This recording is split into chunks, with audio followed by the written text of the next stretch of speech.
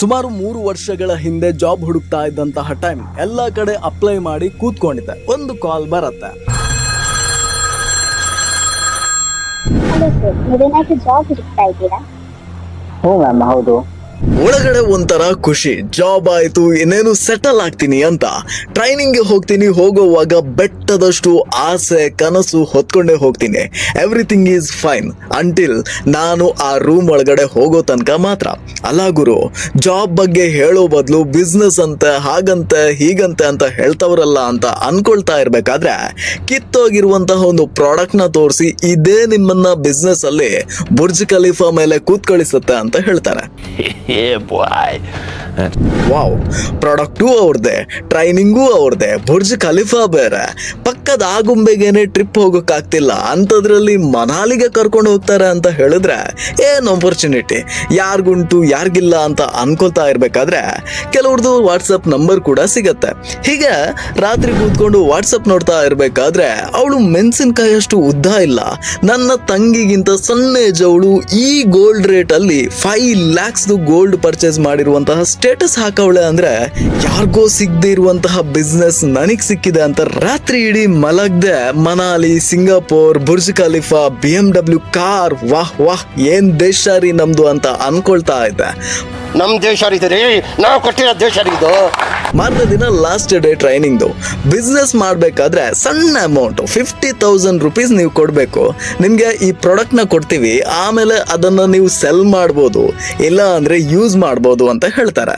ನಿಮ್ಗೆ ಇನ್ನೊಂದು ಅಪರ್ಚುನಿಟಿ ಇದೆ, ನೀವು ಕೂಡ ಇದೇ ತರ ಜನರನ್ನ ಸೇರಿಸಿದ್ರೆ ಒಳ್ಳೆ ಇನ್ಕಮ್ ಬರುತ್ತೆ ಅಂಡ್ ನೆಕ್ಸ್ಟ್ ಇಯರ್ ಮ್ಯಾನೇಜರ್ ಆಗ್ಬೋದು ಅಂತ ಕೂಡ ಹೇಳ್ತಾರೆ. ಎಲ್ಲ ಓಕೆ, ಬಟ್ 50,000 ಎಲ್ಲಿಂದ ತರೋದು ಅಂತ ಯೋಚನೆ ಮಾಡ್ತಾ ಇದ್ದೆ. ಅಷ್ಟೇ ಒಂದು ವಾಯ್ಸ್ ಬಂತು. हाँ जी, गुड मॉर्निंग, गुड एटीएम। मेरा नाम ज्योति है, मैं बल्लभगढ़ से बिलोंग करती हूँ। मेरा भी यहाँ से सेकंड लेवल हो गया है, जिसकी टोटल इनकम 9,000 रुपए मेरे खाते में आ चुकी है। ಅಕ್ಕ ಎಷ್ಟು ಆಯ್ತಕ್ಕ ನೀನು ನೋಡಿ, ಚೆನ್ನಾಗಿದೆ ಅಕ್ಕ. ನೋಡಿ, ಎಂತ ಬಿಸ್ನೆಸ್ ಆಪರ್ಚುನಿಟಿ ಒಂದು ಸಲ ಮಿಸ್ ಆದ್ರೆ ಹೋಯ್ತು, ನೆಕ್ಸ್ಟ್ ಯಾವತ್ತೂ ಕೂಡ ಬರಲ್ಲ. ನಿಮ್ಮ ತಂದೆ ತಾಯಿ ಕಷ್ಟದಲ್ಲಿ ಇರ್ತಾರೆ, ಅದು ನಮಗೂ ಕೂಡ ಗೊತ್ತು. ಬಟ್ ಮಗ ಅಥವಾ ಮಗಳಿಗೆ ಒಂದು 50,000 ಲ್ಯಾಪ್ಟಾಪ್ ತಗೊಳ್ಳೋದಕ್ಕೆ ದುಡ್ಡು ಕೊಡಲ್ವಾ? ಅರ್ಥ ಆಗತ್ತೆ, ನಿಮ್ಮ ಮನೇಲಿ 15 ಲಕ್ಷ ಸಾಲ ಇದೆ ಅಂತ, ಆ ಸಾಲಕ್ಕೆ 50,000 ಜಾಸ್ತಿ ಆದ್ರೆ ಏನಾದ್ರೂ ವ್ಯತ್ಯಾಸ ಆಗತ್ತಾ? ಆಮೇಲೆ ನಿಮ್ಮ ಇನ್ಕಮ್ ಅಲ್ಲೇ ಆ 15 ಲಕ್ಷ ಕೂಡ ತೀರಿಸಬಹುದಲ್ಲ ಅಂತ ಒಬ್ರು ಹೇಳ್ತಾರೆ. ಗುಡ್ ಐಡಿಯಾ, ಯಾರು ಕೊಡ್ತಾರೆ ಇಂಥ ಮನೆ ಹಾಳು ಐಡಿಯಾ ಅಂತ ಅನ್ಕೊಂಡು ಇನ್ಮುಂದೆ ನಾನು ಕೂಡ ದೊಡ್ಡ ಬಿಸ್ನೆಸ್ ಮಾಡ್ಬೋದು ಅಂತ ಅನ್ಕೊಂಡು 50,000 ರುಪೀಸ್ ನ ಅರೇಂಜ್ ಮಾಡಿ ಕೊಟ್ಮೇಲೆ 1 ತಿಂಗಳಾಗತ್ತೆ. No returns. 2 months ಆಗತ್ತೆ, ನೋ ರಿಟರ್ನ್ಸ್. 3ನೇ ತಿಂಗಳು ಅಲ್ಲೇ ಹೋಗಿ ಕೇಳ್ಬೇಕಾದ್ರೆ ಶುಗರ್ ತರ ಸ್ವೀಟ್ ಆಗ್ತಿದ್ದಂತಹ ಅವರ ವಾಯ್ಸ್ ತುಂಬಾ ರಫ್ ಆಗಿತ್ತು. ಅರೆ ಏನಾದ್ರೂ ಹೇಳಿ ಅಂದ್ರೆ ದುಡ್ಡು ಬೇಕಾ, ನಮ್ ತರಾನೇ ಜನ ಸೇರ್ಸು, ಇಲ್ಲ ಅಂದ್ರೆ ಸಿಂಗಲ್ ರುಪೀಸ್ ಕೂಡ ಬರಲ್ಲ ಅಂತ ಮುಖಕ್ಕೆ ಹೊಡೆದ ಹಾಗೆ ಹೇಳ್ಬಿಡ್ತಾರೆ. ಓಫ್, ಯಾರಿಗೆ ಹೇಳೋಣ, ಮನೆಗೂ ಹೇಳೋ ಹಾಗಿಲ್ಲ. ಹೋಯ್ತು 50,000 ಅಂತ ಕೈ ತಲೆ ಮೇಲೆ ಇಟ್ಕೊಂಡು ಕೂತ್ಕೊಂಡೆ. ಸೊ 50,000 ರಿಟರ್ನ್ ತಗೋಬೇಕು ಅಂತ ರೀಫಂಡ್ ಪಾಲಿಸಿಗಳನ್ನ ಡೀಪ್ ಆಗಿ ರಿಸರ್ಚ್ ಮಾಡಿ ಒಂದು ಡಾಕ್ಯುಮೆಂಟ್ ಮಾಡಿದ್ದೇವೆ. ಸೊ ಲಿಂಕ್ ಡಿಸ್ಕ್ರಿಪ್ಷನ್ ಅಲ್ಲಿ ಇರುತ್ತೆ. ನೀವೇನಾದ್ರೂ ಐಟಮ್ ತಗೊಂಡು 20 days ಆಗಿದೆ ಅಂದ್ರೆ ಡೆಫಿನೆಟ್ಲಿ ಇದು ನಿಮ್ಗೆ ಹೆಲ್ಪ್ ಆಗುತ್ತೆ. ಆಕ್ಸೆಸ್ ಮಾಡ್ಕೊಂಡು ನೋಡಿ, ರೀಫಂಡ್ ಗೆ ಟ್ರೈ ಮಾಡಿ. Come to the video.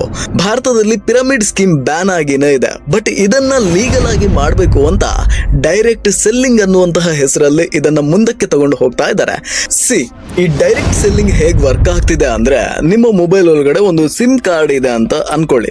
ಅದನ್ನ ಪರ್ಚೇಸ್ ಮಾಡೋವಾಗ ನೀವು ಕೊಟ್ಟಿದ್ದು 100 ರುಪೀಸ್. ಇದಕ್ಕೆ ಕಸ್ಟಮರ್ಸ್ ನ ಅಟ್ರಾಕ್ಟ್ ಮಾಡೋದಿಕ್ಕೆ ಆಡ್ಸ್ ನ ರನ್ ಮಾಡ್ತಾರೆ, ಬೆಸ್ಟ್ ಸರ್ವಿಸ್ ನ ಕೊಡ್ತಾರೆ, ಆಫರ್ಸ್ ಗಳನ್ನ ಕೊಡ್ತಾರೆ. ಈ ತರ ಕಸ್ಟಮರ್ಸ್ ಗಳನ್ನ ಅಟ್ರಾಕ್ಟ್ ಮಾಡ್ತಾರೆ.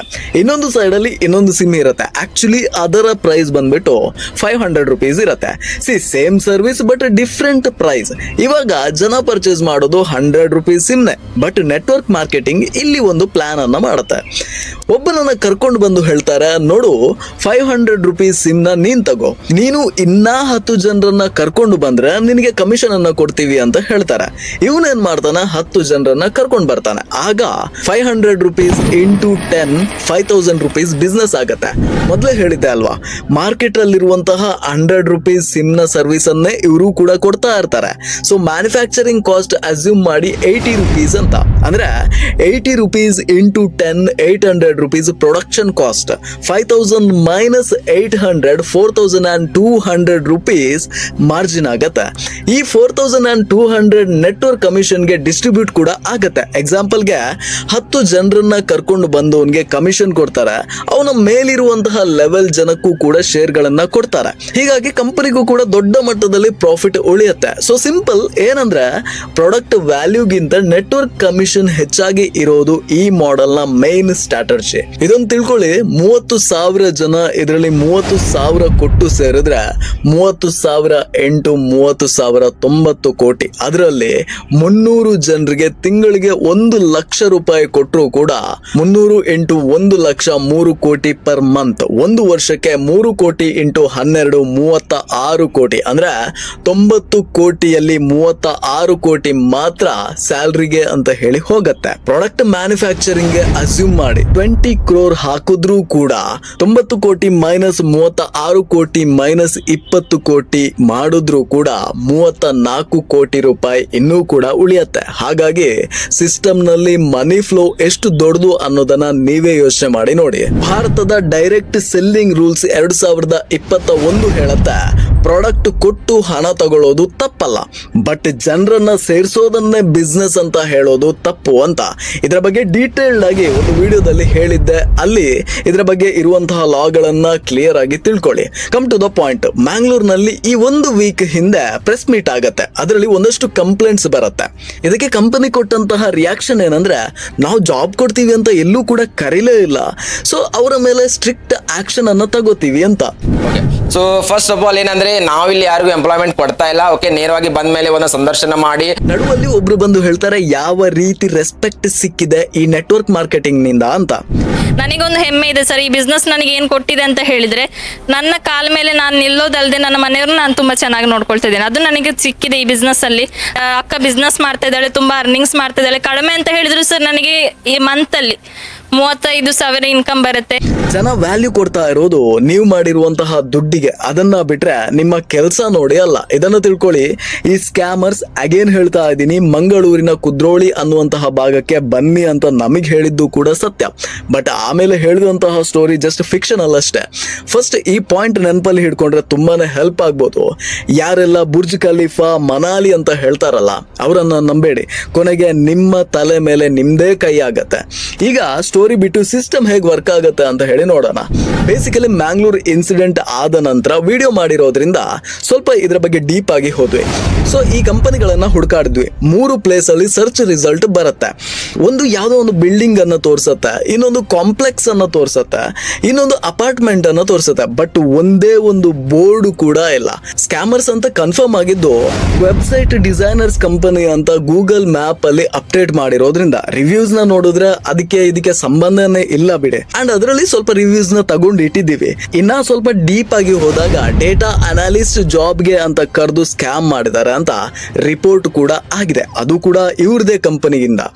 ಜಾಬ್ ಆಫರ್ ಮಾಡಲ್ಲ ಅಂತ ಹೇಳ್ತಾ ಇರೋರು ಈ ಫೋಟೋವನ್ನ ನೋಡಿ. ಡೈರೆಕ್ಟ್ ಸೆಲ್ಲಿಂಗ್ ಅಂದ್ರೆ ಹೀಗೆ ಒಂದೇ ಒಂದು ಹಿಂಟ್ ಕೂಡ ಇಲ್ಲದೆ ಏನ್ ಕೆಲಸ ಅಂತ ಹೇಳಿ ಜನರನ್ನ ಮೋಸ ಮಾಡೋದು. ಸಿಂಪಲ್. ನಿಮ್ಗೆ ಇದೊಂದು ಅರ್ಥ ಆಗ್ಲಿ, ನೀವು ಜಸ್ಟ್ ಬೈಯರ್ಸ್ ಅಷ್ಟೇ. ಇವರೆಲ್ಲ ಡಾಂಗ್ ಡಾಂಗ್ ಅಂತ ನಾಟಕ ಮಾಡ್ಕೊಂಡು ಬರೋದು ಅವರ ಕಮಿಷನ್ಗೆ ಮಾತ್ರ.